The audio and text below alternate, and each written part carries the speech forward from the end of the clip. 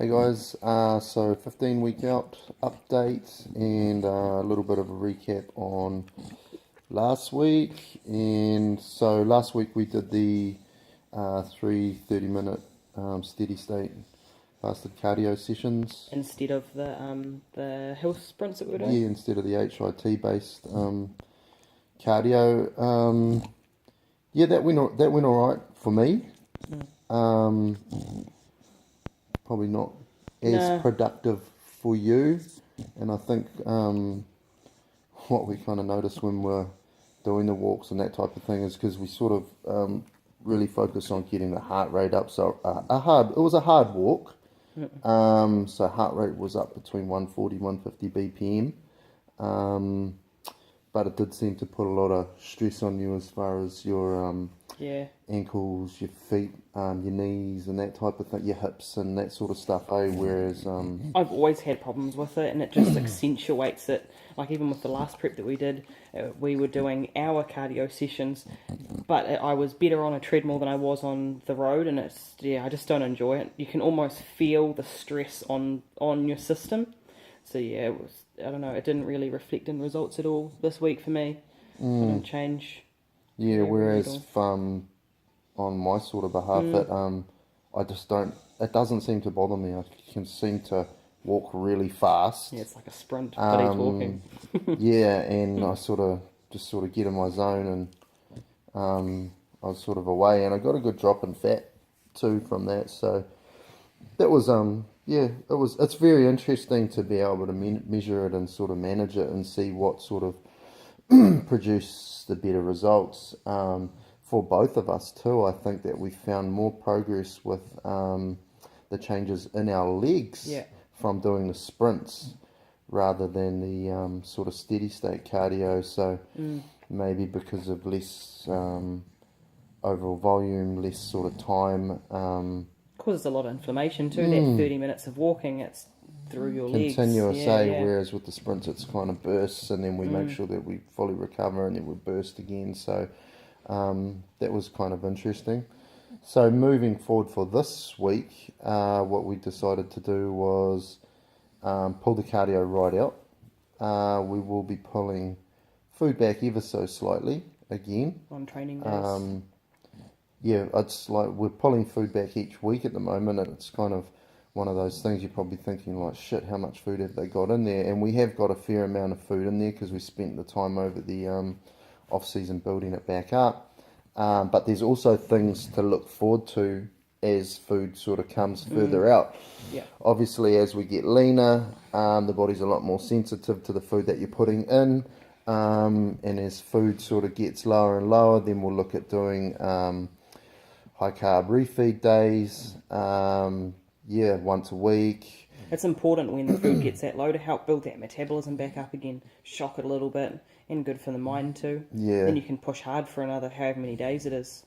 It's cool too because, like, there's lots of ways we can do it. We can do it just backloads post training, or we can do whole days of refeeds, and it sort of it really sort of gets you going again, and then.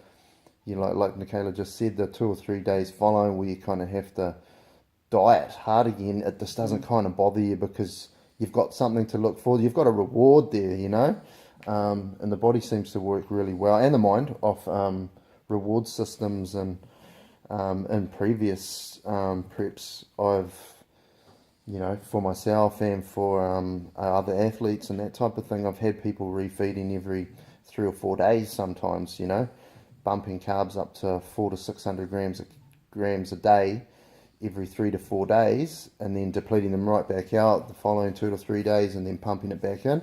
And it just sort of creates a really efficient fat burning zone, and the body it's like just throwing gas on a fire, like it just burns through it, which is crazy cool. That's the idea. And yeah, 2 or 3 days of hurt in between where you sort of eat nothing. When you can see an end easy. to it, it's a lot more motivating to do it. Like last time, we didn't do a treat meal the whole entire time. That was 20 weeks without a treat meal, and that was just to see how hard we could do it, and you know, like, but sort of looking back on it, like we got in the best shapes of our life and that type of thing, but I don't know, it wasn't really that necessary, sort of how Just a different what we approach did. this time, eh? Yeah. So for this week moving forward, what we're going to do is on our off days, which is 3 days, we are doing a 14-hour fast. So no cardio from the meal the previous night through to lunch the next day. We'll be fasting. We'll be supporting that fast, like with drinking lots of green teas with lemon juice, glycine, All our usual vitamins and yeah, all our minerals. usual vitamins and minerals, magnesium, blah blah blah, all that sort of stuff. We'll do a bit of a supplement run over next week and show you sort of what we're taking and what we're using to support the system. Um, Thrown in some like a cortisol support, so an adrenal support, because what we've done also is our off days were the days that we were having the power coffees in the morning. Caffeine. So we pulled the caffeine out, so just to give a little bit of like rejuvenate the adrenals and like take that load off. Give it a break. Yep, give it a break. Bring the cortisol right down. Thus far, like we're only a couple days in, but yesterday's training was really productive. Like felt super Yeah, it was. strong, which was Yeah. cool.